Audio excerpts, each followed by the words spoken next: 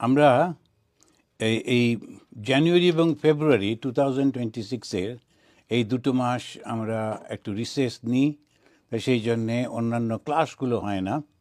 কিন্তু Vivekananda Vedanta society Chicago আশ্রম খোলা থাকে, রোজ সকালে পুজো, সন্ধে আরতি সব হয়, ভক্তরা আসেন থাকেন, সবই চলে, শুধু ওই ডিসকোর্সটা হয় না, সানডে সার্ভিসটা হয় না, এইটা। তাই 2 মাস কেটে গেল। তারপরেতে এখন আবার এই মার্চ মাস থেকে আমরা শ্রী ভগবানের বাংময়ী মূর্তি বা ভাগবত কথা আলোচনা করব। তা আজকে যে দিনটা আমরা শুরু করছি এটা খুব শুভ দিন। আজকে সেই হোলি হচ্ছে, এবং এইটা যাকে বলা হয় যে শ্রীকৃষ্ণগত প্রাণ মহাভাগবত শ্রী কৃষ্ণ চৈতন্য মহাপ্রভু, তার জন্মতিথিটাও, পবিত্র জন্মতিথিও এই সময়। তো আমরা ঠিক এই মুহূর্তেতে আমরা শুরু করছি এই ভগবানের এই বাংময়ী মূর্তির কথা। আসুন প্রথমেই আমরা এখান থেকে শুরু করি, যেখানে ভগবান বিষ্ণুকে স্মরণ করে। শান্তাকারম ভুজগশয়নম পদ্মনাভম সুরেশম বিশ্বাধারম গগনসদৃশম মেঘবর্ণম শুভাঙ্গম লক্ষ্মীকান্तं কমলনয়নম যোগীভির্ধ্যানগম্যম বন্দে বিষ্ণুম ভবভয়হরম সর্বলোকৈকনাথম। আমরা ভগবান বিষ্ণুকে স্মরণ করছি, এবং প্রথম যে শব্দটি আমরা উচ্চারণ করলাম সেটি হচ্ছে শান্তাকারম। ভগবানের হচ্ছে আকারটি একেবারে শান্ত। কেন শান্ত? কেননা তার মধ্যে কোনো বাসনা নেই। যে এক একটা শব্দ যে ব্যবহার করছে কি এক অসাধারণ, যে তিনি ভগবান কীরকম না, তিনি শান্ত আকার। শান্ত কেন? কেননা আমরা যে মনে করি যে এটি লোক কথা বলে না, চুপ করে থাকে, শান্ত। কিন্তু আসলে শান্ত কে? যার মধ্যে কোনো বাসনাই নেই। সুতরাং একদম কোনো রকম তার কোনো গতিবিধি হচ্ছে না, কোনো চিন্তা ভাবনা হচ্ছে না, ওই শান্ত। কেন? বাসনাহীন। তা তিনি শুয়ে আছেন সেই সাপের উপরে, যেটা যোগের প্রতীক। তার থেকে সমস্ত জগৎ সৃষ্টি হচ্ছে বলে পদ্মনাভম, এবং তিনি সমস্ত দেবতাদের দেবতা, তাই সুর ঈশম। ঈশ মানে হচ্ছে ঈশ্বর, তা সুর মানে দেবতা, দেবতাদের তিনি ঈশ্বর। তিনিই বিশ্বকে ধারণ করে রেখেছেন। আর কেমন তার চেহারাটা? গগন সদৃশম। তিনি সর্বব্যাপী। গগন মানে হচ্ছে এই যে স্পেস, সেই স্পেসটা কীরকম? সর্বত্র রয়েছে। তা তিনিও তেমনি। আর যেহেতু তাকে আমরা ঠিক জানতে পারি না, সেজন্য তাকে বলা হচ্ছে মেঘবর্ণম। তার রংটা হচ্ছে মেঘের মতো, যে আমরা একটা কল্পনা করি বটে, কিন্তু ঠিক ঠিক ওইটা নয়।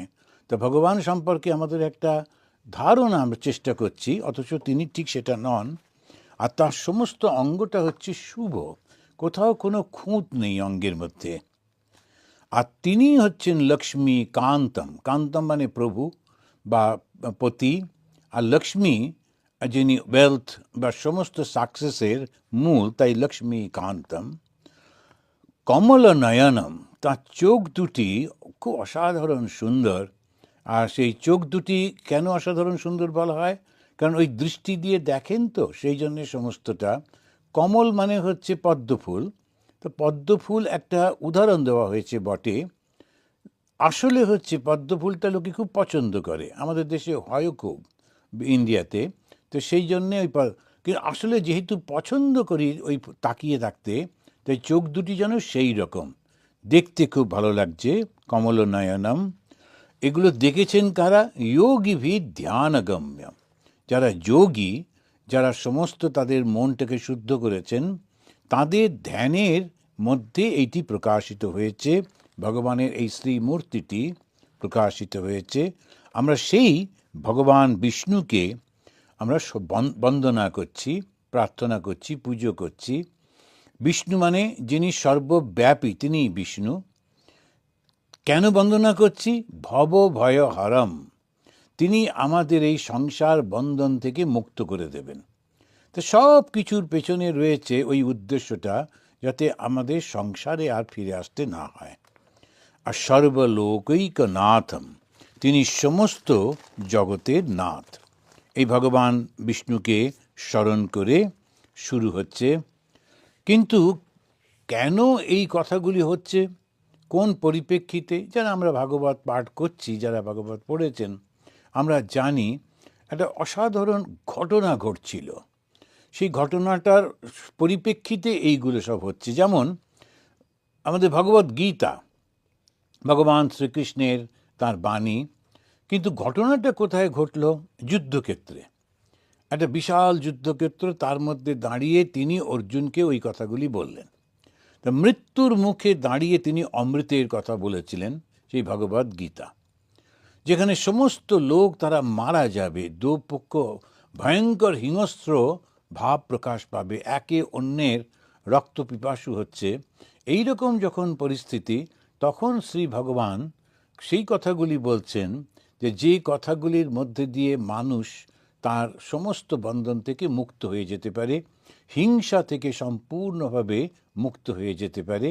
কিন্তু অদ্ভুত একটা পরিস্থিতি সৃষ্টি করে ভগবান সেই উপদেশটা দিচ্ছেন। এক্ষেত্রেও আমরা দেখছি ওই অর্জুনেরই তার নাতি, তিনি মৃত্যুপথ যাত্রী। তাকে ওই রাজা পরীক্ষিত, আমরা জানি তিনি আর 7 দিন মাত্র বাঁচবেন, তাকে অভিশপ্ত হয়েছেন তিনি, তাই মৃত্যুর জন্য অপেক্ষা করছেন। এখানেও এই মৃত্যুপথ যাত্রীকেও ওই ভগবানের কথা বলতে আসছেন এমন একজন, যিনি বেদান্তবাদী, একেবারে বেদান্ত মূর্তি বলা হয় যাকে, যিনি দ্বৈত নয় অদ্বৈত একের চিন্তাতে মগ্ন থাকতেন, সেই সুখদেব। হিন্দু ধর্মের এই অবস্থাটা আমাদের একটু ভালো করে বুঝতে হবে। তো সেটা হচ্ছে, আমরা নিরাকারেরই সমস্ত পুজো করি। শ্রী মা শারদামণি দেবী, তিনি যখন একটু একটা হয়েছিল, একটা প্রশ্ন উঠেছিল, স্বামী বিবেকানন্দ বলেছিলেন অন্তত একটা আশ্রম থাক যেখানেতে অদ্বৈতের সমস্ত আলোচনা হবে, চর্চা হবে, সেখানে কোনো মূর্তি পুজো হবে না। তাই হিন্দু ধর্মের পুরো জিনিসটাকেই একসঙ্গে করতে চেয়েছিলেন স্বামীজি, তাই অদ্বৈত আশ্রম প্রতিষ্ঠিত হয়েছিল হিমালয়ে, যেটা এখন খুব ফেমাস মায়াবতী বলে। তো এখনও আছে, আমি ওই অদ্বৈত আশ্রমেই 12 বছর ছিলাম। তো ওইখানেতে স্বামীজি বলেছিলেন কোনো মূর্তি পুজো হবে না। তো একজন সে পারেনি বলে ওই একটু মূর্তি, একটা ছবি রেখেছিল। স্বামীজি যখন এসে দেখলেন তার ঘরের মধ্যে ও ঠাকুরকে পুজো করছে, তখন উনি তাকে কিছু বললেন না, কিন্তু যিনি ইনচার্জ তাকে বললেন যে এখানেও ঠাকুর এসেছেন, একটা তো ভাব থাকবে যেখানে অদ্বৈতভাবে সাধনা হবে, দ্বৈত ভাব সেখানে আসবে। নিজের গুরু, তার ইষ্ট দেবতা, তথাপি তিনি বলছেন যে না, অদ্বৈতভাবে সাধন হবে, সেখানে দ্বৈত ভাব থাকবেই না। এই যে আমরা দেখছি শ্রী সুখদেব, তিনি ওই অদ্বৈত ভাবে একে প্রতিষ্ঠিত ছিলেন। তার বাবা তাকে দিয়ে দ্বৈত ভাব প্রচার করাচ্ছেন, এটা আমরা আগে আলোচনা করেছি, যে তাকে দিয়ে দ্বৈত ভাব প্রচার করাচ্ছেন। কেননা লোকেরা সবাই সেই সময় ওই অদ্বৈত ভাবটাকেই একমাত্র ভাব বলে মনে করতেন। কিন্তু শ্রী ভগবান আবার মানুষের শরীর ধরে অবতার হয়ে লীলা করতে পারেন, সেই পরম যে ভগবান, তিনি একটা রূপ ধারণ করতে পারেন, বিষ্ণু রূপ ধারণ করেছিলেন, সেইটি মানুষ বিশ্বাস করতে পারছিল না বলে অদ্বৈত বেদান্তের যিনি একেবারে মূর্তিস্বরূপ, তাকে দিয়ে এই কথাগুলো বলানো হচ্ছে। সুখদেব কাকে বলছেন? ওই মৃত্যুপথ যাত্রী। কেন মৃত্যুপথ যাত্রী? কেন তার মধ্যে তখন আর এই জগতের কোনো কিছু পাবার ওই বাসনাটা নেই। জগতের যিনি সমস্ত বাসনা রয়েছে, তখন আমরা যে সাধনাগুলো করি, চেষ্টাগুলো করি, সেটা হচ্ছে ধর্মের একটা অঙ্গ বটে, কিন্তু তাতে সেই মুক্তির ব্যাপারটা নেই। ভগবানকে পরিপূর্ণভাবে লাভ করব সেটা থাকছে না। তাহলে কখন সেটা হবে? যখন ওই মৃত্যুর মুখে গিয়ে দাঁড়াবো। মৃত্যুটা কি? তখন মৃত্যুটা আমাদের একটা অসাধারণ শিক্ষা দেয়। সেই শিক্ষাটা হচ্ছে, আমি মনে করি জগতে আমি না থাকলে কোনো কিছু হবে না, আমি না থাকলে জগৎটা বন্ধ হয়ে যাবে।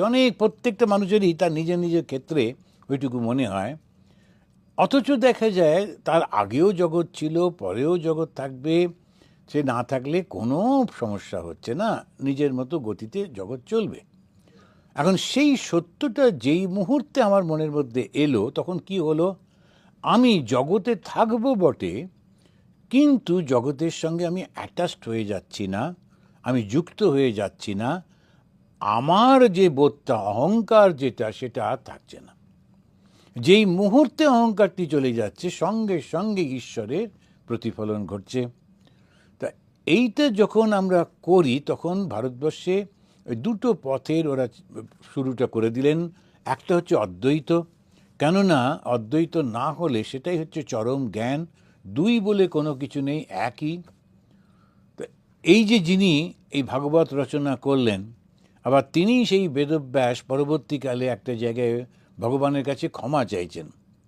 বলছেন, প্রভু তুমি আমাকে ক্ষমা করো, আমি তিনটে জিনিস ভুল করে ফেলেছি।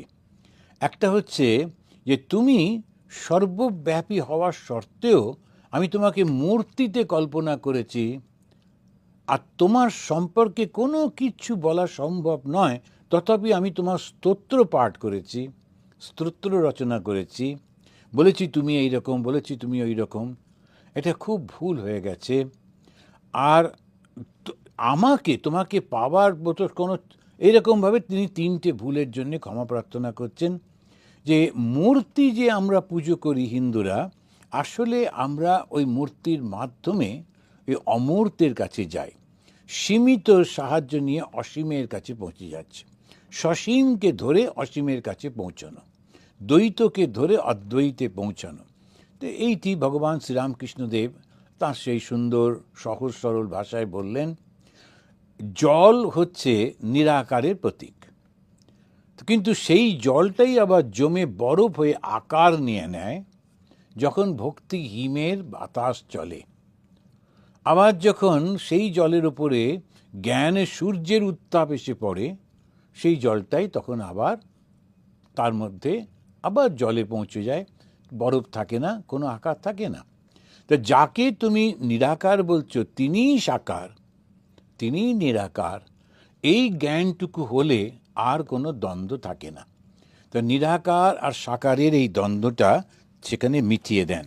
তো এইখানে তিনি ঈশ্বরের সম্পর্কে বলছেন। তো আমরা যেমন বলছি যে ভগবানের বাংময়ী মূর্তি, তো আমরা এখানে দেখছি ভাগবতের 2য় স্কন্ধে 4th অধ্যায়ে সেই মূর্তিটা শ্রী শুকদেব খুব সুন্দর করে এঁকে দিচ্ছেন। আর তিনি ওই 12 নম্বর শ্লোক থেকে তিনি শুরু করছেন, পরপর বলে যাচ্ছেন কেমন করে। আমাদের খানিকটা গত ডিসেম্বর মাসে পড়া হয়ে গিয়েছিল। তো তিনি ওই বলছিলেন যে 12 নম্বর তিনি বলছেন, শ্রী শুক উবাচ নমঃ নমঃ পরস্मै পুরুষায় ভূয়সে। আমি সেই পরম পুরুষকে আমি প্রণাম করছি। সেই পরম পুরুষ তিনি কি কেন প্রণাম করছি? তিনি বিশ্ব চরাচরের সৃষ্টি স্থিতি লয় করার জন্যে সত্য, রজ ও তম আশ্রয় করে ব্রহ্মা বিষ্ণু মহেশ্বর রূপে প্রকাশিত হচ্ছেন। আবার সকল জীবের তিনি অন্তর্যামী। একটা হচ্ছে তিনি সৃষ্টি স্থিতি লয় করছেন। তা আমরা যখন ভগবানের চিন্তা করছি, সেই ভগবানটা কীরকম? যিনি সৃষ্টি করছেন, তাতেই স্থিতি হচ্ছে, তাতেই লয় হয়ে যাচ্ছে, তাতেই মিলিত হয়ে যাচ্ছে। তিনি কিভাবে করছেন? 3টে গুণের মাধ্যমে, সত্য, রজ, তম, 3টে গুণের মাধ্যমে। আর সেই 3টি গুণ তিনি প্রকাশ করছেন কিভাবে? ব্রহ্মা বিষ্ণু মহেশ্বরের 3টি রূপ ধারণ করে। একই মানুষ 3 বা 3 রকম ভাবে তিনি দেখাচ্ছেন।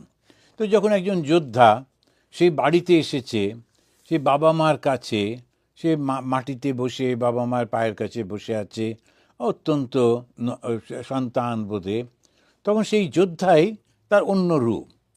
আবার যখন তার ফ্যামিলির কাছে যাচ্ছে, স্ত্রী পুত্রের কাছে যাচ্ছে, তার আর একটা রূপ। আবার যখন সে তার নিজের যুদ্ধক্ষেত্রে যাচ্ছে, তখন সে ভয়ঙ্কর রূপ।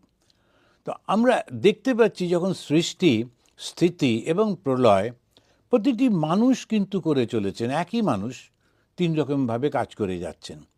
তা কোনোটা সময় যখন সৃষ্টি হচ্ছে, তখন তিনি হচ্ছেন সত্যগুণী। আবার যখন তিনি তাকে রক্ষা করছেন, যে ছেলে মেয়েদের রক্ষা করতে হবে, তোদের পড়ানো শোনাতে, তিনি কাজ করছেন, তার বিদ্যাটাকে তিনি ব্যবহার করছেন, রজগুণী। আবার যখন বিপদ আসছে, তখন ভয়ঙ্কর রূপ ধারণ করে সেই বিপদের মুখোমুখি হচ্ছেন, যুদ্ধ করছেন, তিনি তমগুণী, ধ্বংস করে দিচ্ছেন। তো একই সেই ভগবান তিনটে রূপ ধারণ করেছেন। তাই ব্রহ্মা, বিষ্ণু, মহেশ্বর এরা কেউ আলাদা নন, সে একই ভগবানের তিনটে রূপ। সেই ভগবানকে তিনি জানাচ্ছেন যে আমি তোমাকে প্রণাম করি।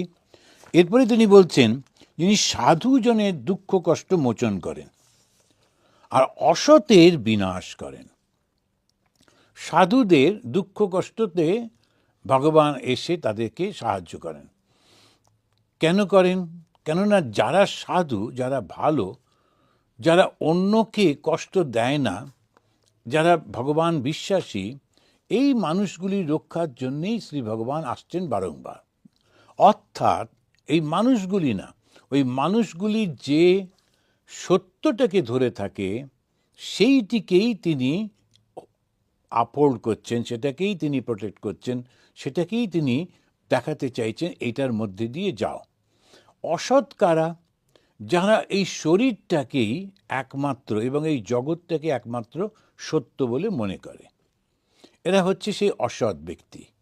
এদের কষ্টের কারণ তিনি হন। কেন কষ্ট দেন তাদেরকে? কেননা কষ্ট দিলে তখন ধীরে ধীরে মনটা ওর থেকে দূরে চলে আসবে। অনেক সময় আমরা দেখেছি যাদের বাড়িতে পেট থাকে, তখন ওই ছোটো কুকুর বা বেড়ালটা এসে কিছু মুখ দিতে চায়, সঙ্গে সঙ্গে একটা লাঠি দিয়ে তাকে একটা টক করে মারা হয়। তখন ও বুঝলো, একবার দুবার তিনবারে ও বুঝে গেল যে এইখানেতে মুখটা দিলে আমি মার খেতে হবে। তা যখন আমরা ও অসৎ কাজ করছে, কোনো একটা খারাপ কাজ করছে, তাকে শাস্তি দিই। কখনো কখনো শিশুদেরকে শাস্তি দেওয়া হয়, তো শাস্তিটা পেলেও বোঝে এইটা করলে আমি শাস্তিটা পাবো। সেই জন্য ভগবান বিষ্ণুর যে মূর্তিটা রয়েছে, সেই মূর্তিতে দেখবেন শঙ্খচক্র গদা পদ্ম, তার মধ্যে ওই গদাটা রয়েছে। ওই যে মেসটা কি? ওটা ওই শাসনের জন্যে, ওইটা দিয়ে আঘাত করা হবে যদি তুমি ভালো পথে না যাও।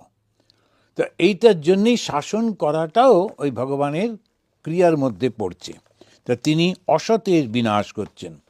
পরিত্রাণায় সাধুনাম বিনাশায় চ দুষ্কৃতাম। ভগবদ্গীতাতে যখন সুন্দর করে বলছেন, পরিত্রাণায় সাধুনাম, সাধুকে, যিনি ভগবান সর্বজীবে রয়েছেন বলে সবাইকে ভালোবাসে, তিনি হচ্ছেন সাধু।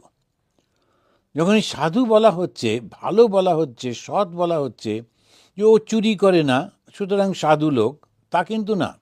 চুরি করে না বটে, কিন্তু ভীষণ স্বার্থপর। নিজের পয়সাটি কাউকে দেবে না, কারুকে শেয়ার করবে না, নিজের যেমন আছে ওইটা নিয়ে সে থাকবে। আর একজন বিপদে পড়েছে, সমস্যায় পড়েছে, একটু সাহায্য করলে তার কষ্টটা দূর হয়ে যায়, কিছুতে করবে না। এখন তাকে কি সাধু বলবো? তাকে, ও চুরি করছে না বটে, কাউকে ধাক্কা দিচ্ছে না বটে, আঘাত করছে না বটে, কিন্তু ও স্বার্থপর, অত্যন্ত কৃপণ টাইপের মানুষ, তাকে সাধু বলা চলবে না। তা সাধুকে, যিনি সমস্ত প্রাণীর মধ্যে ঈশ্বরের অবস্থিতিকে বিশ্বাস করে যতটুকু সম্ভব তার পক্ষে ততটুকু তিনি সাহায্য করেন, তাকে বলা হচ্ছে সাধু। তো এই যে সাধু মানুষদের তিনি, আর কে ত্যাগী নিষ্ঠাবান ব্যক্তিদের তিনি আত্মতত্ত্ব জ্ঞান প্রদান করেন।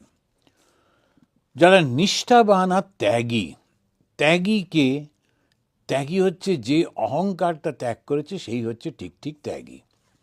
ত্যাগী বলতে আমরা বহু রকমের ত্যাগের কথা ভগবদ্গীতাতে শ্রীকৃষ্ণ বলেছেন। দ্রব্য জিনিসপত্র ত্যাগ করছে, তারপরে অনেক জিনিস অন্য কিছু করছে, কিন্তু সেই ত্যাগটা হচ্ছে সেই যে অহংকার ত্যাগ করতে পারে। ভগবান শ্রীরামকৃষ্ণদেব তাই সরাসরি এসে বলছেন, অহংকার ত্যাগই ত্যাগ। মাছ পান ত্যাগ ত্যাগ নয়। এটা অসাধারণ কথা বলছেন ভগবান শ্রীরামকৃষ্ণ। অথচ হিন্দু সমাজের প্রায় 90% কি আরও বেশি লোক তারা বলবে ওই মাছ পানটা ত্যাগ করলে বাস তুমি ত্যাগী, আর বাকিগুলোর নিয়ে তাদের কোনো মাথা চিন্তা নেই। ফলে দেখা যাচ্ছে ওরা ত্যাগীর কথা বলে বটে, কিন্তু কোনো ঠিক জায়গায় পৌঁছতে পারে না, নিজেরাও শান্তি পায় না, অন্য কেউ নিয়ে যেতে পারে না, আবার একটা গোলমালের মধ্যে গিয়ে পড়ে। তো ত্যাগ কি? অহংকার ত্যাগ। কি খাবো, কি পরবো, ওইটা ত্যাগ, সেই ত্যাগ নয়। অহংকার ত্যাগই ত্যাগ। সেই জন্য ঠাকুরের খুব সুন্দর কথা আছে, যারা গৃহী তারা মনে ত্যাগ করলেই হবে, বাইরে ত্যাগ করতে হবে না। আর যারা সন্ন্যাসী তাদের দুটোই দরকার। তার কেন না, ওদের দেখে তখন ত্যাগের চিন্তাটা লোকের মাথার মধ্যে থাকে। সেই জন্যেই লোকে ওই যে গেরুয়া বস্ত্রটা পরে, ওই কারণেই পরে। আমরা শুনেছি যে অনেক কাল আগে এই বুদ্ধিস্ট সন্ন্যাসীরা তারা বস্ত্রকে দেবে অত সন্ন্যাসীদের, তো মানুষ মরে যাওয়ার পর তার সেই কাপড় টাপড় সমস্ত নিয়ে গিয়ে শ্মশানে ফেলে দেওয়া হতো। শরীরটা পুড়িয়ে দিল, আর ওই পুরনো কাপড় টাপড়, ব্যবহৃত কাপড়গুলো ওখানে ফেলে দিত। ওইগুলো নিয়ে গিয়ে ওরা নদীতে, যে প্রবাহমান জলেতে ওটা ধুত। আর ওই আমাদের এখনও আছে হরিদ্বারের দিকে, ওই পাহাড়ের খাঁজে খাঁজে এক ধরনের পাথর থাকে, ওইটা দিয়ে ঘষলে একটু পরিষ্কারও হতো, একটা রং হয়ে যেত, ওই যে গেরুয়া কালারটা, ওই কালারটা হয়ে যেত। তো ওই পাথরটা দিয়ে ঘষে ঘষে ওই কাপড়টা ধুতো বলে, মোস্টলি সাদা কাপড়, সুতরাং ওই গেরুয়ার মতো রং হয়ে যেত। সেইটা পরতেন বলে সন্ন্যাসীদের কাপড়ের রং গেরুয়া হয়ে গেল। এই না যে শুধু গেরুয়া পরতেই হবে, এরকম কোনো নয়। কিন্তু তখন অন্য কোনো থেকে কাপড় পাওয়া যেত না, তো ওই শ্মশান থেকে কাপড়গুলো তুলে নিয়ে গিয়ে ভালো প্রবাহমান নদীতে সুন্দর করে ধুয়ে টুয়ে ওই পাথর দিয়ে ঘষে ঘষে ওটাকে রং করে ফেলতো। তাহলে জীবাণু থাকলো না, এইবারে পরা শুরু করলো।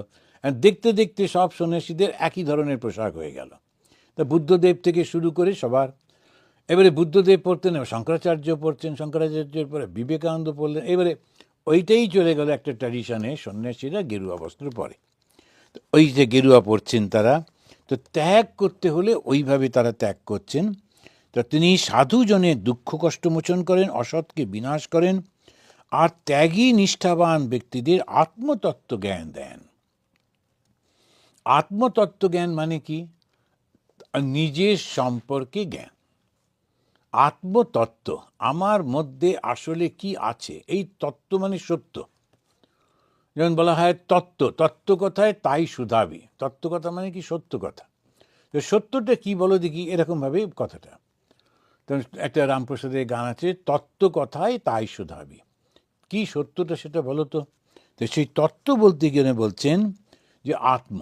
কি করে আত্ম?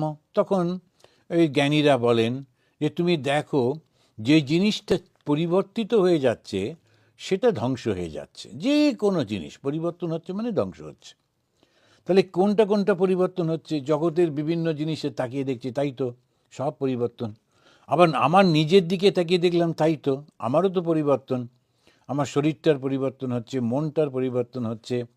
কিন্তু মনের মধ্যে একটা চৈতন্য রয়েছে, যে ওই পরিবর্তনগুলো লক্ষ্য করছে। আমি ছোট ছিলাম, আমি যুবক হয়েছি, আমি বৃদ্ধ হচ্ছি, এই পরিবর্তনটা দেখছে কে? ওই চৈতন্যটা।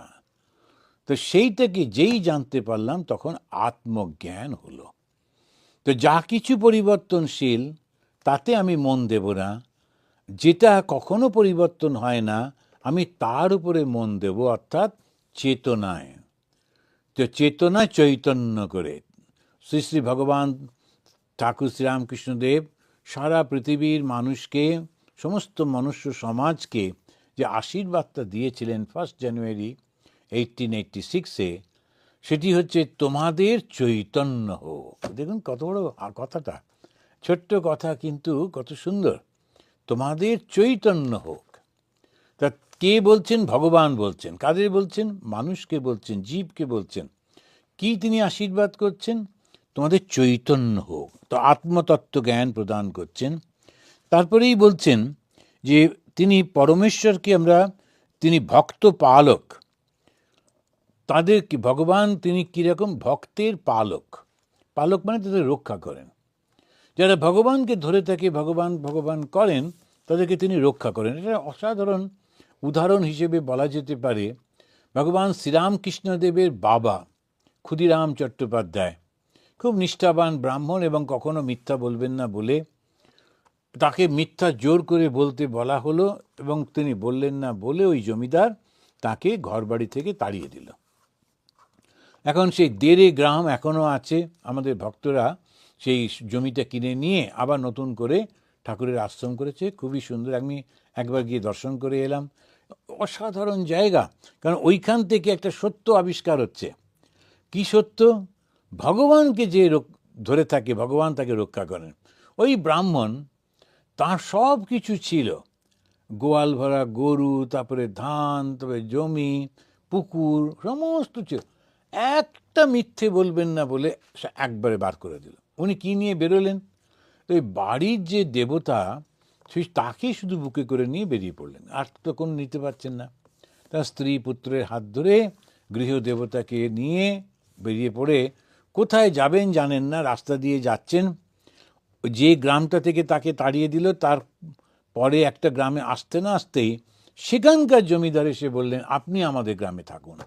কেন? সৎ মানুষ যার যদি কাছে থাকে তাদেরও মঙ্গল হয়। তো এটা সেই কারণে সৎ মানুষকে মানুষ খাওয়ায়, তাকে বস্ত্র দান করে, তাকে দান করে, তবে কাছে রাখে, কেননা তার ফলটাও সে পায়। ওই জমিদার বললেন, আপনাকে আমি একটা জমি দিচ্ছি, আপনি এই জমিতে থাকবেন, আর বাড়ি দিচ্ছি, আর এই জমিটাতে চাষবাস করবেন ইত্যাদি। তো ঠাকুরের বাবা ওই জমি পেলেন। এই জমিটার নাম হলো লক্ষ্মী জলা, জলা জমি, নাম দিলেন লক্ষ্মী। নিজে হাতেই ব্রাহ্মণ মানুষ পুজো আর্চা করতেন, উনি কি করে চাষ করবেন? তো ওই কোনো রকমে গিয়ে, আর চাষ করতে গেলে আবার গরু নাঙল, তাতে খরচা কোথায় পাবেন? উনি ওই ধানের বীজ নিয়ে গিয়ে ওইখানে ভগবানের নাম করে লাগিয়ে দিতেন। এত ধান হতো, তার থেকে চাল হতো, সেটা তার বাড়ির পরিবারে তাকে বিক্রি করে ওতেতেই হয়ে যেত। এখনও ওই জমিটিতে আমাদের সাধুরা সেই ট্র্যাডিশনালি বছরে একবার গিয়ে ওখানকার যিনি ইনচার্জ তিনি এবং অন্য সাধুরা নিজে হাতে ধান বপন করেন। ওই ছোট্ট একটু জমি আছে, এক টুকরো জমি, তো সেটাতে এখনও সেই লক্ষ্মী জলা। তো এখন উনি ভগবানের উপর নির্ভর করলেন, আবার যারা অসৎ ব্যক্তি তারা ওকে তাড়িয়ে দিল। অত পবিত্র মানুষকে তারা রাখতে পারল না, কিন্তু আরেকটি মানুষ সঙ্গে সঙ্গে চলে এলো, এসে তাকে বললো আপনি এখানে থাকবেন। তা থাকার জায়গার ব্যবস্থা হলো কামার পুকুর। কামার পুকুর একটা তীর্থ হয়ে গেল। আর ওই যে 1.5 গ্রাম, সেই লোকটিকে লোকেরা এখন যে তাড়িয়ে দিছিল, তার নাম অত কে মনে রাখবে, কিন্তু একটা লোক বলে এখনও আমরা বলি, কিন্তু ভিলেন হয়ে থেকে গেল। তো ওই ভগবানের কৃপাটা ও পেল না, পেল কিন্তু কামার পুকুরের লোকেরা। এখানেতে তিনি তাই বলছেন যে যারা ওই পরমেশ্বর, তিনি কি করেন? তিনি ভক্ত পালক। যিনি ভক্ত তাদেরকে, আর ভক্তিহীন জীবের কাছে তিনি দুর্জ্ঞেয়, কিছুতেই বুঝতে পারে না। এটা ওই 14 নম্বর শ্লোকেতে বললেন। তারপরে বলছেন, যার লীলা কথা কীর্তন করলে, যাকে স্মরণ করলে, যাকে দর্শন করলে, যার পাদপদ্ম বন্দনা করলে, যার মহিমা বর্ণনা শ্রবণ করলে, যার সেবা অর্চনায় জীবলোকের সমগ্র পাপরাশি মুহূর্তে বিনষ্ট হয়, শ্রুতি মঙ্গল সেই পরমেশ্বরকে অসংখ্য প্রণাম করছি।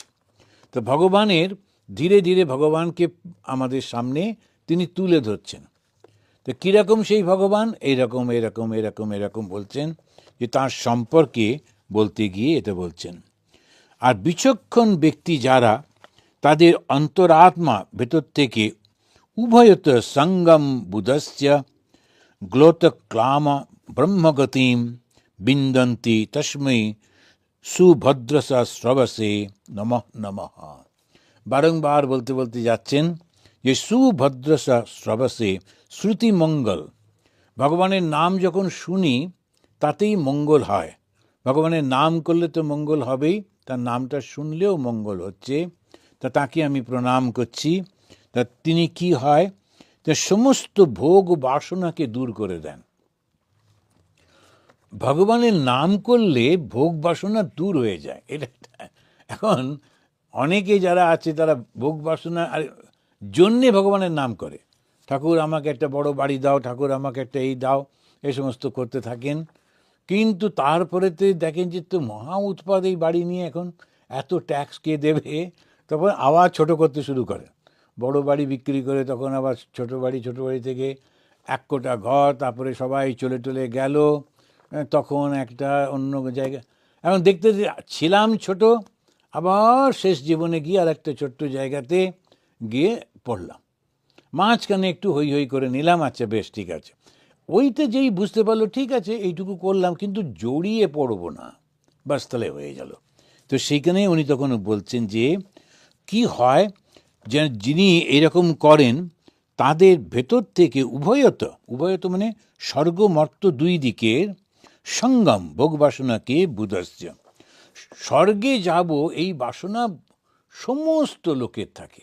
এই যে যত ভগবানের কাছে মন্দিরে যাচ্ছে, এই করছে, এই বেশিরভাগ জানবে 90% লোক তারা এই জগতের কষ্ট টষ্টগুলোকে ঠিকঠাক করে দাও ভগবান, আমাকে একটা ভালো চাকরি করে দাও, আমাকে এই করে দাও, সেই করে দাও, এই সমস্ত ব্যবসাটা যেন ঠিক হয় ইত্যাদি হয়ে গেল।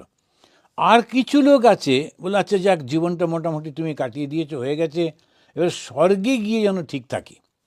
এখানে তো অভ্যাসটা খারাপ হয়ে গেছে, এখন এরকম ঠান্ডা জলে স্নান করতে পারবো না, যেন হট ওয়াটার কোল্ড ওয়াটার ব্যবস্থাটা স্বর্গে থাকে, এটা একটু ঠিকঠাক করে রেখো। তা এখন সেই স্বর্গে যাওয়ার জন্য আগে থেকে বুকিং করার জন্য ওরা বেশিরভাগই থাকে। এখন উনি বলছেন যে ভগবান কি করেন, ওদের এই জগতের এবং স্বর্গের বাসনাটাকে দূর করে দেন। তাহলে কি হয়, সন্ন্যাস হয়। তো সন্ন্যাসে আমরা কি করি, আমরা না আহুতি দিই। সে আহুতির মন্ত্রটা আমি আপনাকে বলতে পারবো না, কিন্তু আহুতির মন্ত্রটায় আমরা প্রতিজ্ঞা করছি, ভগবানের কাছে প্রার্থনা করছি, আমার এই জগতের এবং তার পরবর্তীকালে স্বর্গের, এই যে স্বর্গের কনসেপশন, ভালো জায়গায় যাব, ওই যেন না থাকে, এর থেকে আমাকে মুক্ত করে দাও, কোনো বাসনা যেন না থাকে, তার থেকে আমাকে মুক্ত করে দাও। তখন কি হবে, তিনি সেই ভগবানের কাছে গিয়ে পৌঁছে যাবেন। তারপরেই বলছেন তপস্বীন দানপরা যশস্বীন মনস্বীন মন্ত্রবিদ সুমঙ্গলা যদ অর্পণম বিনা ক্ষেমম ন বিন্দতি তস্मै সুভদ্র শ্রবসে নমঃ নমঃ। এখন যারা তপস্যা পরায়ণ ব্যক্তি, তপস্যা মানে কি, ভগবান শ্রীরামকৃষ্ণদেব বলেছেন, এবং শ্রী মায়ের কথাটা খুব অসাধারণ। মা এত সুন্দর করে তপস্যার একটা সংজ্ঞা দিয়েছেন যে ওটা জানলে আর কিছু তপস্যা সম্পর্কে কোনো ভুল ধারণা থাকবে না। তপস্যার কি বাবা, শ্রী মা শারদামণি দেবী বলছেন, তপস্যার কি বাবা, কোনোভাবে মনটাকে শ্রী ভগবানের চরণে রাখা, কোনোভাবে। তা কখনো জপ করতে করতে ভগবানকে চিন্তা করছি, কখনো রান্না করতে করতে ভাবছি এইটা ভগবানকে দেবো, খাওয়াবো, কখনো ফুল গাছে চর্চা করতে করতে, ফুল তুলতে তুলতে ভাবছি ভগবানকে পরাবো, তা কখনো বা কোনো কিছু কিনতে গিয়ে মনে হচ্ছে বা এটা কি সুন্দর, এটা ভগবানকে অর্পণ করব, কখনো সুন্দর গান করতে করতে ভগবানের স্মরণ করছি। তো কোনোভাবে মনটাকে ভগবানের চরণে রাখাটাই তপস্যা। তার কারণ যে মনটা লাফিয়ে ঝাঁপিয়ে অন্য জায়গায় চলে যেতে চেষ্টা করে। যতবার ভগবানের দিকে নিয়ে যাবার চেষ্টা করব, মনটা তখন ঠিক উল্টো অন্য জায়গায় চলে যেতে চেষ্টা করে। তখন মনের মধ্যে মনে হয় আহা এখানে যুদ্ধ হচ্ছে, কেন করছে ওরা, আচ্ছা তোমার কি, তুমি চিন্তা করলেও যুদ্ধ বন্ধ হবে না, আর না করলেও যুদ্ধ বন্ধ। কিন্তু কিছুতেই আমরা পারবো না, ওই টক করে গিয়ে একটু নিউজ শুনে নেবো, তারপরে একটু পেপার পড়ে নিয়ে ওই মনের মধ্যে চলতে লাগলো, এবারে কেন গিয়ে হলো, আহারে এইটা, আহারে ওইটা। এখন এই নানান রকম চলতেই থাকে। একজন ভদ্রমহিলা এসেছিলেন, বলছেন মহারাজ আমার বেশি বন্ধু নেই, কথা বলার বেশি লোক নেই, কিন্তু একটু কথা না বললে তো থাকতে পারি না। তা একটা বন্ধু ফোন করে ওর সঙ্গে কথা বলি, কিন্তু ওর সঙ্গে আমার একেবারে মনের মিল হয় না। ও যেটা চিন্তা করে আমি ঠিক তার উল্টোটা চিন্তা করি। কথা বলতে ইচ্ছা করে না, কিন্তু লোক নেই বলে ওর ফোনটা তুলি। এখন একটু কথা বলতে হয় কোনো মানুষের সঙ্গে, তাই করি। আর ও ফোন তুলে নানান রকম নিন্দামন্দ করে, এইসবে আমার পছন্দ হয় না, ইত্যাদি ইত্যাদি কত রকমেরভাবে থাকে। এখন বন্ধু বলছেন ফোনে কথা না বললে অসুবিধে, আর কেউ নেই, অথচ সে যা বলে সেটাও পছন্দ হচ্ছে না, তাতে একটু ঝগড়া হচ্ছে, এবং সেইটা আবার রেসটা চলছে আরও দুদিন, আবার পরে যখন কথা হবে আর একটা নতুন নিয়ে ঝগড়াটা চলতে থাকবে, কিন্তু আছেন ওইগুলো নিয়ে ব্যস্ত হয়ে রয়েছেন। তো আমি বললাম দেখুন, আর কিছু হোক আর না হোক, আপনাকে কিন্তু ও একটা ব্যস্ত করে রেখেছে, এটা একটা ভালো, তাহলে আলজাইবার হবে না।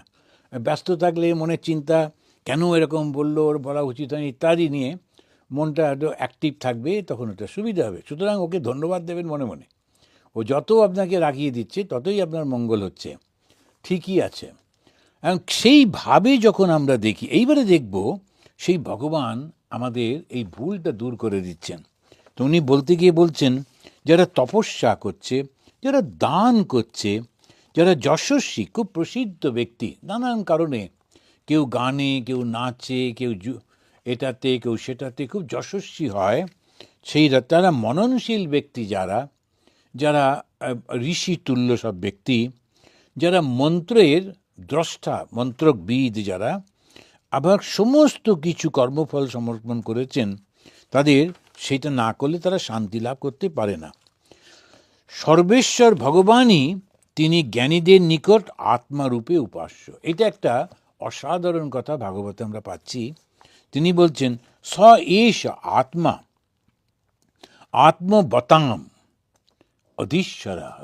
এই 19 নম্বর শ্লোকে বলছেন স এষ আত্মা আত্মবতাম অধীশ্বরঃ। তো তিনি অধীশ্বর কাদের? স এষ, সেই যে মানুষগুলি, সেই ভগবান, তিনি তাদের অধীশ্বর কাদের? যারা আত্মবতাম, যারা জ্ঞান চিন্তা করে। এখন কিছু কিছু দেখবেন আছেন, তারা শুধু জ্ঞানের কথা বলেন, যে তুমি হচ্ছে আত্মা, তোমার দেহ নেই, তোমার মন নেই, ইত্যাদি ইত্যাদি। সুতরাং কোন ভগবানকে তুমি ডাকবে, কাকে তুমি ডাকবে, ইত্যাদি বলেন টলেন। কিন্তু এই যে ভগবান যিনি, তিনি কি তাহলে ওদের থেকে নিচুতে? অনেক সময় এরকম মনে হয় যে আচ্ছা, ভগবান বোধহয়, যারা আমরা ভগবানকে ডাকি, আমরা ঠিক জ্ঞানীদের ওই লেভেলে নয়, ওরা একটু অন্য উঁচু লোক, অন্য থাকের লোক, আমরা একটু নিচু টাইপের। আবার অনেকেই বলে যে না, ওই ভক্তি টক্তিরা মেয়েদের জন্য ঠিক আছে, ওরা রান্নাবান্না করে ভগবানকে খাওয়ায়, ওই সমস্ত, কিন্তু আমরা পুরুষ তো, আমরা জ্ঞানের পথে চলি। এখন এ কাকে বোঝাবে বলুন ওদেরকে? কিসের পুরুষ আর কিসের নারী? ব্যাপারটা হচ্ছে, একটা জগৎ আছে আর জগতের স্রষ্টা আছে। এখন জগৎ স্রষ্টা যিনি, তিনি জগৎ সৃষ্টি করেছেন কি করেননি বলে যে ঝগড়াটা, সেটা যে দার্শনিক সমস্ত তর্ক বিতর্ক রয়েছে, তার মধ্যে একজন বলছেন জগৎটা সৃষ্টিই হয়নি, কিন্তু তিনি বলছেন তো, যতক্ষণ তিনি কথাটা বলছেন ততক্ষণ তো জগৎটা রয়েছে। তাই ঠাকুর বলছেন, যতক্ষণ আমি বলছি শোনো, এই কথাটা বলছি, তাহলে আমি বোধটা রয়েছে তো, আমি বোধ রয়েছি মানেই তখন দুই রয়েছে। কিন্তু যদি আমি বোধ না থাকে, তখন কি হবে? নিস্তব্ধ হয়ে যাবে। ভগবান শ্রীরামকৃষ্ণ দেবেন না তুলনা নেই। সেই জন্য স্বামী বিবেকানন্দ বললেন, he is the most perfect and the best. এখন ঠাকুর সঙ্গে সঙ্গে একটা উদাহরণ দিচ্ছেন, বলছেন যতক্ষণ তুমি একটা ঘোড়াতে নদীর মধ্যে ডুবিয়ে জল তুলছো, গ্রামের লোক তো ওইগুলো সব দেখেছেন, আর ওটার থেকে ওইগুলো উদাহরণ দিচ্ছেন টকটক করে, যতক্ষণ ঘোড়াটা ফাঁকা থাকবে, এই হাওয়াটা বেরিয়ে বেরিয়ে আসছে, জলটা ঢুকছে, আওয়াজ হচ্ছে, goat goat goat goat goat goat করে জলটা ঢুকছে। কিন্তু যখন ঘোড়াটা পরিপূর্ণ হয়ে যাবে জলে, একটুও শব্দ হবে না। তা যে মুহূর্তে আমি বলছি আমি আত্মজ্ঞানী, আমি ভগবান মানি না, এই জগৎটা নেই, আমি মানছি জগৎটা নেই, ততক্ষণে আছে। কেননা তুমি গটগট করছো। আর যখন হবে, ওই জগৎ আছে কি নেই, কে কি বললো, উনিও মাথাই ঘামাবে না, একটা শব্দও বলবে না। ও একেবারে চুপ করে পড়ে থাকবে বুঁদ হয়ে। কেন? তখন তার মধ্যে আর কোনো বিভেদই দেখতে পাবে না তো, কাকে বলবো। সেই কারণে আমরা যে গতকাল বঙ্গভবনে গিয়ে বাংলায় কথামৃত পাঠ করি মাসে একবার, প্রথম রবিবারে। তা গতকাল গেছিলাম, পড়ছিলাম, সেখানে ঠাকুর বলছেন যে একজন ওই খালি ঝগড়া করতো, আমি হচ্ছি জ্ঞান মার্গের লোক, তোমরা হচ্ছে ভক্তি মার্গের লোক ইত্যাদি। তখন উনি বলছেন, কবির বলতো, কবির দাস, যে যে আমার বাবা তিনি হচ্ছেন জ্ঞানী আর মা হচ্ছেন ভক্ত, ভগবান। তো দোনো পাল্লা ভারী। আর বাবার মা আমি কাকে ছেড়ে দেব? যে দ্বৈতবাদী অদ্বৈতবাদী, আমার যে অদ্বৈত তিনি হচ্ছেন আমার বাবা, দ্বৈত তিনি মা। এখন এই দুটোকেই আমি তো একই রকম না, দুজন না থাকলে তো আমি থাকি না। সুতরাং দোনো পাল্লা ভারী। কাকে বন্দনা করব আর কাকে নিন্দা করব আমি কিছু করতে পারবো না, কারণ দুজনেই আমার, একজন বাবা একজন মা। এই যে কথাগুলো বলে ঠাকুর বোঝাতে চাইছেন, বাপু তোমার যে পথে চলে সেই পথটা নাও না। তোমার মনে হয় যে নিরাকারে ধারণা করলে ভালো, তো করো, কিন্তু জীবনটা পাল্টাতে হবে। জীবনটা পাল্টাচ্ছে বুঝবো কি করে? সকলের প্রতি ভালোবাসা আসবে, নিঃস্বার্থপরতা আসবে, কোনো অহংকার থাকবে না। কেন? আমি তো সবার মধ্যে তাকেই দেখতে পাচ্ছি, কি না, আমাকেই দেখতে পাচ্ছি। আমরা সেই একবার লখনৌতে গেছিলাম বহুকাল আগে, তখন আমার মনে হয় ব্রহ্মচারী, সে লখনৌতে গেছিলাম, একটা জায়গায় নিয়ে গেছিলো, এখনও নিশ্চয়ই আছে জায়গাটা। সেখানে হাজার হাজার আয়না রয়েছে, ছোট ছোট আয়না, সে দেওয়ালেতে আয়না, ছাতে আয়না, পায়ের তলায় আয়না। আপনাকে যেই ঘরে আপনি ঢুকলেন, আপনি সমস্ত জায়গাতে রয়েছেন। একটি লোক ঢুকলো আর সে 1,00,000 হয়ে গেল। চতুর্দিকে ওই কোণাতে আপনি রয়েছেন, এখানে আপনার চোখ, এখানে আপনার নাক, এখানে আপনার সর্বত্র আপনি। যখন আপনি ওপর দিকে তাকাচ্ছেন তখন আপনাকে একরকম দেখাচ্ছে, পায়ের দিকে তাকাচ্ছেন আপনাকে আর একরকম দেখাচ্ছে, পাশে একরকম দেখাচ্ছে, দূরে একরকম দেখাচ্ছে। তো আপনি কি নিন্দামন্দ করবেন? ও মা ওইটা দেখো কিরকম বিচ্ছিরি দেখাচ্ছে, এটা কীরকম দেখো, এটা, কেননা ওর সব তো আপনি, কাকে নিন্দা করবেন? তাই না, নিন্দা করা যায় না। ওই যে আয়নাটা দেখেছিলাম কত যুগ আগে, এবারে শাস্ত্র বই পড়তে গিয়ে আমার মনে হলো that is the real thing. I become many. আবার যেই ঘর থেকে বেরিয়ে এলাম, মেনি বিকাম ওয়ান, তখন আর মেনি নেই। আমি ঘরে ঢুকলাম, লক্ষ আয়নাতে আমার প্রতিচ্ছবি, আমাকে দেখে আমিই মুগ্ধ, কত জায়গায় কত রকমভাবে করছি, যখন আমি হাত নাড়ছি সেটা কত রকমভাবে প্রতিফলিত হচ্ছে, আমি নিজেই মুগ্ধ হয়ে যাচ্ছি। আবার যখন আমি বেরিয়ে এলাম ঘর থেকে, আবার নেই। তা সৃষ্টি, তারপর ততক্ষণ স্থিতি, যতক্ষণ আমি দেখছি, যেই ঘর থেকে বেরিয়ে এলাম প্রলয়, এটা নেই। যেমন ছিলাম জয়সে থে, ওই যখন সেই আমরা স্কুলে এনসিসি করতাম বলতো জয়সে থে, যেমন ছিলে তেমন দাঁড়াও। তো একবার পাটা সোজা হয়ে দাঁড়াতে হয়, একবার পাটা একটু ফাঁক করে দাঁড়াতে হয়। তো সেই জন্যে ওরা অর্ডার করতো জয়সে থে, আগে যেমন ছিলে তেমন করে করো। তো আমরা সেই রকম হয়ে যাচ্ছি। তো এখানেও তাই, এই যে জগৎটা দেখছি, যে লোকটা আমার নিন্দা করছে ওটাও আমি, ওইটাই হচ্ছে জ্ঞান। আমি কাকে নিন্দা করব? এটা যখন ওই অবস্থা হয়, কিছু লোক বুঝতে না পেরে তারা চেঁচামেচি করেন, এই জন্যে হিন্দু ধর্ম দুর্বল হয়ে গেছে, আমাদের এক হয়ে লড়তে হবে। বাপু, কে বারণ করেছে? এক হয়ে লড়ো না। এখন লড়াইটা তো কম হয়নি, প্রথম দিন থেকে সবাই করে যাচ্ছে। তোমরাও সবাই মিলে লড়াই করতে চাও, করে একবার দেখো না, যে ভালোই তো, তো কীরকম লাগে। কিন্তু যারা এইটা অনুভব করেছেন তাদের কাছে এটার কোনো মূল্য নেই। এই জগৎটার চেনে সর্বস্বর ভগবান, তিনিই সমস্ত কিছু হয়ে রয়েছেন। তারপরেই বলতে গিয়ে বলছেন, তিনি লক্ষ্মীপতি, তিনি যজ্ঞেশ্বরের অধিপতি, তিনি প্রজাপতি, তিনি অন্তরের অধিপতি, তিনি ত্রিলোকের অধীশ্বর, তিনি পৃথিবীর অধীশ্বর, তিনি শতামপতি, সাধুগণেরও ঈশ্বর, সেই ভগবান আমার প্রতি প্রসন্ন হন। তো তিনি ছাড়া কিছু নেই। ওই যে বিভিন্নভাবে বলছে যে তিনি হচ্ছেন যে শ্রী অপ্রতিহি, শ্রী মানে হচ্ছে লক্ষ্মী, তো তিনি লক্ষ্মীপতি, তিনি বিষ্ণু, এরকম করতে করতে বলছেন সতাম, সতাম মানে সাধু, সৎ, সৎ থেকে সতাম, সতাম পতিহি, পতি মানে তার ঈশ্বর। তো সাধুদের ঈশ্বরকে, সাধুর ঈশ্বরও কিন্তু সেই ভগবান, তিনি আমাদের প্রতি যেন প্রসন্ন হন। তো জ্ঞানীগণ নিরন্তর যার শ্রীচরণ চিন্তায় সমাধিমগ্ন হয়ে শুদ্ধ বুদ্ধি লাভ করেন, সেই ভগবান আমার প্রতি প্রসন্ন হন। শুদ্ধ বুদ্ধি লাভ করেন। শুদ্ধ বুদ্ধি মানে কি? শুদ্ধ বুদ্ধি, শুদ্ধ মন আর শুদ্ধ আত্মা এক, ভগবান শ্রীরামকৃষ্ণ বলছেন। শুদ্ধ বুদ্ধি, বুদ্ধিটা কোনটা? যেটা ডিসিশন নেয়। মন কোনটা? বিচার করতে থাকে। সংকল্প বিকল্প আত্মিকা মনঃ, এটা করব না, এটা করব না, এটা করব কি, এটা করব না, যখন এরকমই হচ্ছে, ওই যে মানসিক অবস্থাটা তাকে বলে মন। ইংলিশে মাইন্ড, মাইন্ড সব কিছু এক, কিন্তু যখন আমরা সংস্কৃতে বলতে যাচ্ছি, শাস্ত্রের দৃষ্টিতে বলতে যাচ্ছি, তখন হচ্ছে যখন আমি এটা করব কি করব না, এটা করব কি করব না ভাবছি, ওটা হচ্ছে মন। এবার ডিসিশন হল না এটা করব, ঠিকই আছে, বা এটা করব না, ঠিকই আছে, ওটা হচ্ছে বুদ্ধি। আর সেই যে বুদ্ধি, যেটা decisive faculty of the mind, তো সেইটাকে উনি বলছেন পবিত্র করে দেয়। কিভাবে পবিত্র করে দেয়? ঈশ্বরের চিন্তা করছি বলে।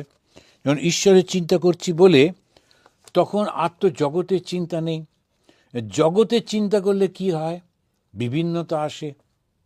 ঈশ্বরের চিন্তা করলে কি হয়? এক হয়। বিভিন্ন যখনই হচ্ছে, তখনই খোটাখুটি লাগছে, ধাক্কা লাগছে, ঝগড়া হচ্ছে। কিন্তু যখন এক হয়ে গেল, তখন তো আর কোনো ব্যাপারই থাকে না।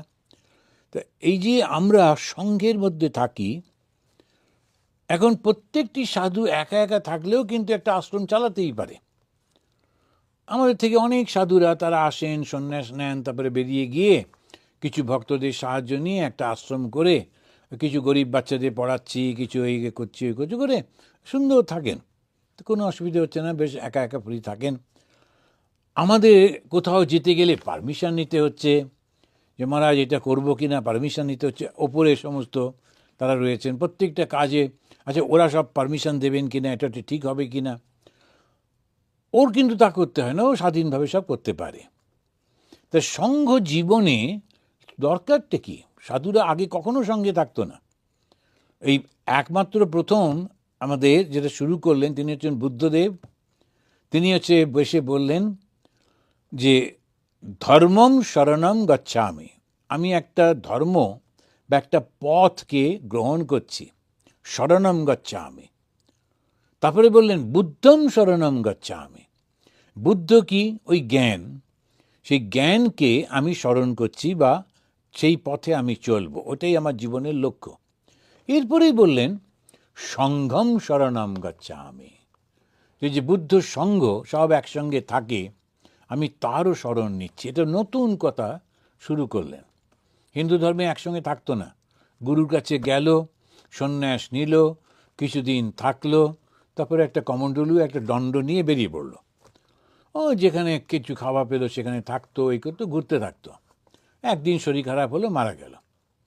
তো এইরকমভাবেই সমস্ত সন্ন্যাস জীবনটা চলতো। কিন্তু পরে সঙ্গ হলো।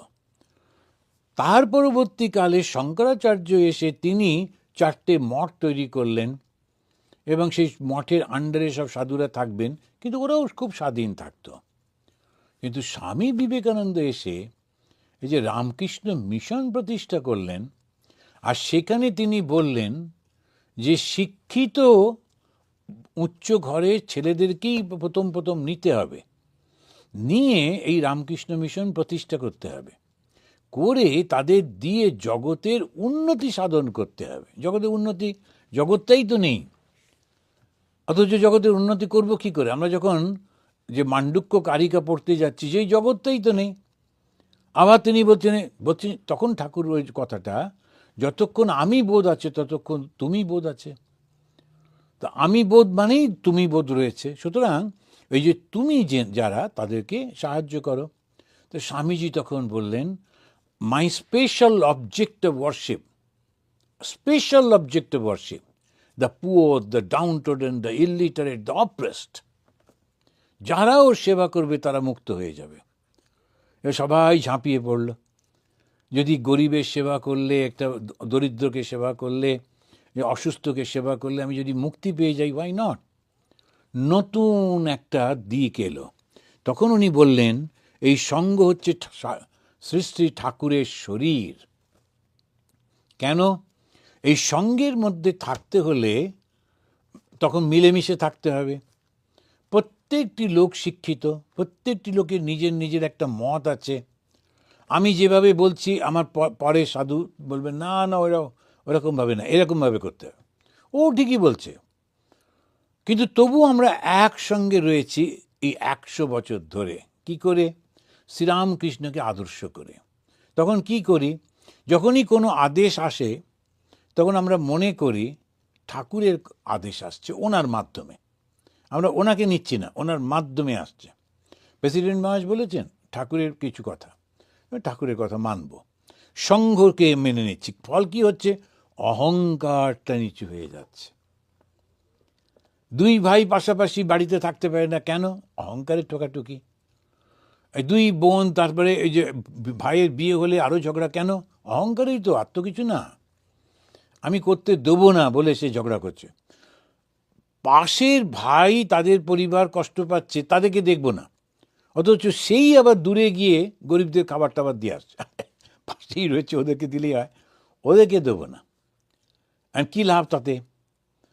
এই যে অহংকারটা যখন ধীরে ধীরে চলে যাচ্ছে, কার মুখ সুবিধে হচ্ছে? এই যিনি ওই তপস্যাটা করছেন, যার অহংকারটা চলে যাচ্ছে, সেই কিন্তু উপকার পাচ্ছে। আর উপকার কি? ঈশ্বর দর্শন। যে মুহূর্তে অহংকার সরে গেল, তখন আমি দেখলাম, আরে এ তো আমিই তো। এতদিন আমি একে খুঁজছিলাম, আমার হিয়ার মাঝে লুকিয়েছিলে, দেখতে তোমায় পাইনি। বাহির পানে চোখ মেলেছি, হৃদয় পানে চাইনি। আমার ভেতরেই তো তুমি ছিলে, দেখতে কেন পাচ্ছিলাম না? কারণ অহংকারের একটা পাঁচিল ছিল। আর যখনই আমি সবার সঙ্গে থাকতে থাকতে, অভ্যাস করতে করতে, অ্যাডজাস্টমেন্ট করতে করতে এইটা করতে পারলাম, তখনই সব কিছু হয়ে গেল। তো এইটাতেই ধীরে ধীরে করে ভগবান আমাদেরকে বলছেন যে জ্ঞানীগণ নিরন্তর যা শ্রীচরণ চিন্তায় সমাধিমগ্ন শুভবুদ্ধি লাভ করেন। জ্ঞানীরা, তো জ্ঞানীরা 21 নম্বর শ্লোকে বলতে গিয়ে বলছেন, সেই ভগবানকেই তিনি পাওয়া যায়। সৃষ্টির প্রাক্কালে যিনি ব্রহ্মার অন্তরে স্মৃতিকে জাগ্রত করেছিলেন, যার প্রেরণায় ব্রহ্মার মুখনিসৃত হয়ে বেদস্বরূপ আর সরস্বতী প্রকাশিত, সর্বশ্রেষ্ঠ জ্ঞানদাতা সেই ভগবান, তিনি আমার প্রতি প্রসন্ন হন। এই যে এরকমভাবে বলে যাচ্ছেন, এই ভগবানের কথা বলে এরপরে তিনি সৃষ্টির কথা আলোচনা করবেন। সেই ভগবান থেকে কিভাবে সৃষ্টি হচ্ছে সেইটা আমরা তাহলে আবার আগামী মাসে আলোচনা করব। তো ভগবান তিনি যখন, যে ভগবান নিরাকার, যাকে জ্ঞানীরা ব্রহ্ম বলে বলে, তাকেই কিন্তু ভাগবত বলছেন তিনি সেই বিষ্ণু। ভগবান এবং ব্রহ্মণ আলাদা কিছু নন। তো জ্ঞানীদের যিনি ধ্যানের বস্তু, জ্ঞানীরা যাকে পাবার জন্যে সাধন ভজন করছেন, তিনি সেই বিষ্ণু, বিষ্ণু রূপে অবতীর্ণ হয়েছেন। শ্রীরামকৃষ্ণদেব তো আরও এগিয়ে বলছেন, তোমরা যাকে ব্রহ্ম বলো, আমি তাকে মা কালী বলি। বিষ্ণু তবু মানা যায়, একেবারে কালী। তখন ঠাকুর বললেন, তোমরা যাকে ব্রহ্ম বলো, আমি তাকে মা কালী বলি। এর মা কালী কে? সেই শক্তি তো, সেই ঈশ্বরের শক্তি দিয়ে জগৎ সৃষ্টি হচ্ছে, তার মধ্যে তিনি অবস্থান করছেন এবং তাতেই ধ্বংস হচ্ছে। তো ব্রহ্মকে, সেই ব্রহ্ম হচ্ছে সেই চৈতন্য স্বরূপ, যার মধ্যে যখন স্থিতি হয়ে রয়েছে তাকে বলে প্রলয় অবস্থা। কোনো নড়াচড়া নেই, তাকে বলে প্রলয় অবস্থা। প্রলয় মানে ধ্বংস বা কোনো কিছু সৃষ্টি নেই। কিন্তু যেই মুহূর্তে একটু নড়াচড়া শুরু হলো, কর্ম শুরু হলো, সঙ্গে সঙ্গে ঢেউ উঠল। সেই ঢেউটা হচ্ছে ইচ্ছার ঢেউ। ইচ্ছাটা কি? এক অহম বহু শ্যামবিহি, আমি একা, আমি বহু হব। যেই ইচ্ছার ঢেউটা উঠল, সঙ্গে সঙ্গে সৃষ্টি শুরু হয়ে গেল। আমাদেরও বেশ ছিলাম, কোনো সমস্যা ছিল না। হঠাৎ করে মনে হলো, যখন একটি ছেলে 40 বছর বয়সে ওর মনে হলো যে আচ্ছা এই একা একা ঘুরে বেড়াচ্ছি, এ তো হয়ে গেল। তারপরে মা বাবাকে ফিলার পাঠাতে লাগলো, আচ্ছা তোমরা কি কোনো মেয়েটে দেখছো, আমার তো সংসার করতে হবে। আচ্ছা 40 বছর পরে ওর মা বাবা এসছিলেন, ওরা বলছিলেন, তাই বললাম বা আপনার ছেলে তো বেশ অল্প বয়স। না না মা, 40 বছর রোগা থাকে তাই। তো আসলে এই 40 বছর বয়সে ওর ইচ্ছা হয়েছে বিয়ে করবো, যা একটা বিয়ে টিয়ে করেছে। এখন হচ্ছে ইচ্ছাটা কার হলো? আমার। যেই মুহূর্তে ইচ্ছা হলো, তরঙ্গ উঠল। তরঙ্গ উঠলে চতুর্দিক থেকে সেই তরঙ্গকে সাহায্য করতে হাওয়া এলো, সূর্যের উত্তাপ এলো, করে একটা সৃষ্টি হয়ে গেল। তেমনিভাবে ওর সংসার, এবারে সেই সংসার নিয়ে তাকে চলতে হবে, তার রেসপন্সিবিলিটি, এই ওই চলল। আমাদের জীবনে যেমন হয়, ঈশ্বরের সৃষ্টিটা ঠিক তাই, বিশাল আকারে হয়, কিন্তু একই জিনিস। তা এই সৃষ্টি কেমন করে, সেইটা আমরা আগামী মাসে আলোচনা করব। আজকে এই পর্যন্ত থাকলো। তো আমরা এইটা আপনাদের সঙ্গে সামনের মাসে আবার দেখা হবে। সবাই সুস্থ থাকুন। আমরা 3 বার শান্তি বলে শেষ করব। ওম শান্তি শান্তি শান্তি। হরি ওম তৎসৎ। শ্রীরামকৃষ্ণ আর্পণমস্তু।